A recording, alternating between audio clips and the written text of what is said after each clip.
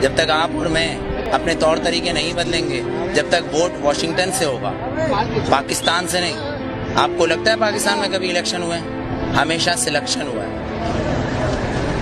آپ پھر بھی جا رہے ہیں الیکشن میں حصہ لینے۔ میں کبھی نہیں کہتا چینج چاہیے مجھے، کیونکہ شریعت اور قرآن میں چینج نہیں ہو سکتا۔ جو شریعت ہے اور قرآن ہے اس میں کبھی چینجنگ نہیں ہوتی، اور میں کبھی نہیں کہتا کہ مجھے چینج چاہیے۔ مجھے وہ چاہیے جو میرے آئین میں لکھا ہے۔ جیسے یہ اسمبلی کے اندر بیٹھے ہوئے لوگ، اسمبلی نو نو نو نو نو، بالکل نہیں۔ اس آئین کو پڑھیں، کیونکہ آسما جہانگیر نے اس آئین کو اپنا بنایا ہوا ہے، صفدر عباسی نے اس آئین کو اپنا بنایا ہوا ہے۔ پر دستور پاکستان کا آرٹیکل نمبر 1 یہ کہتا ہے کہ یہ سلطنت خداداد پاکستان ہے، مطلب یہ اللہ کی زمین ہے۔ اگر میرا گھر ہے تو میرا قانون چلے گا۔ آپ نے مطالعہ پاکستان کی 9th کلاس کی کتاب پڑھی ہوگی جس کے اندر 14 نکات قائد اعظم کے ہیں، پر آپ آئین پاکستان پڑھنا بھول گئے جو منشور قرآن سے ہے۔ شاید نہیں پڑھا ہوگا آپ نے، اگر پڑھا ہوگا تو آسما جہانگیر آپ کو اس کے اندر سے کچھ اصل نکال کے دے دیں گی، آپ کہو گے وہ صحیح ہے۔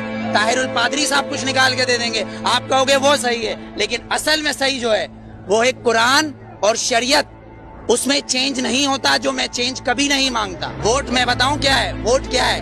ووٹ کیا ہے؟ ووٹ نے تو فرعون کو بھی چنا تھا، ووٹ نے تو ہٹلر کو بھی چنا تھا، پر میرے نبی کو کسی ووٹ نے نہیں چنا، علی کو کسی ووٹ نے نہیں چنا، عمر کو کسی ووٹ نے نہیں چنا، صدیق کو نہیں چنا، عثمان کو نہیں چنا۔ تو پھر آپ اور میں کیسے ہو سکتے کہ اس ملک کا قانون ووٹ پہ ہو؟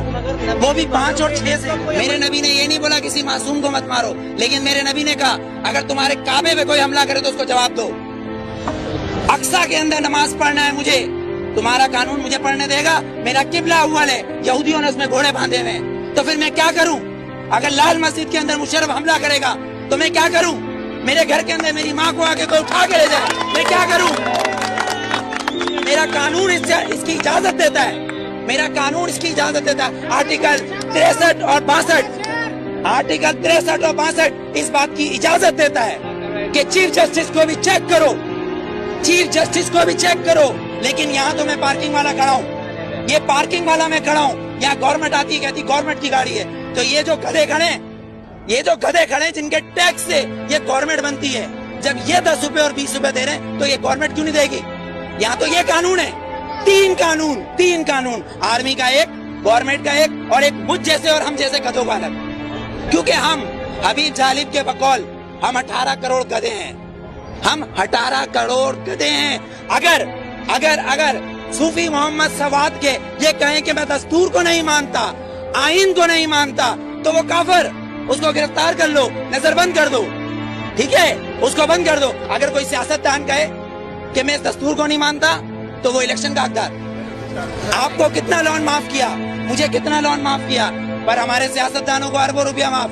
بلاول زرداری صاحب کا 30 ارب روپے کا محل رائے میں بن رہا ہے، وہ بھی کس سے لیا ہے؟ ملک ریاض سے، Malik Riaz. No you are not corrupt, I am not corrupt, Malik Riaz is a corrupt, ایک کرپٹ مین ہمارے پریزیڈنٹ کو پیسہ دے رہا ہے اور کہہ رہا ہے رائے میں محل بناؤ، اس لیے کہ نواز شریف کا محل ادھر ہے۔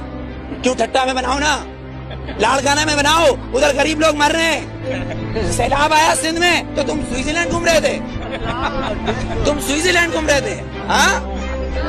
تم کس پاکستان کی بات کرتے ہو؟ پاکستان کا مطلب کیا ہے؟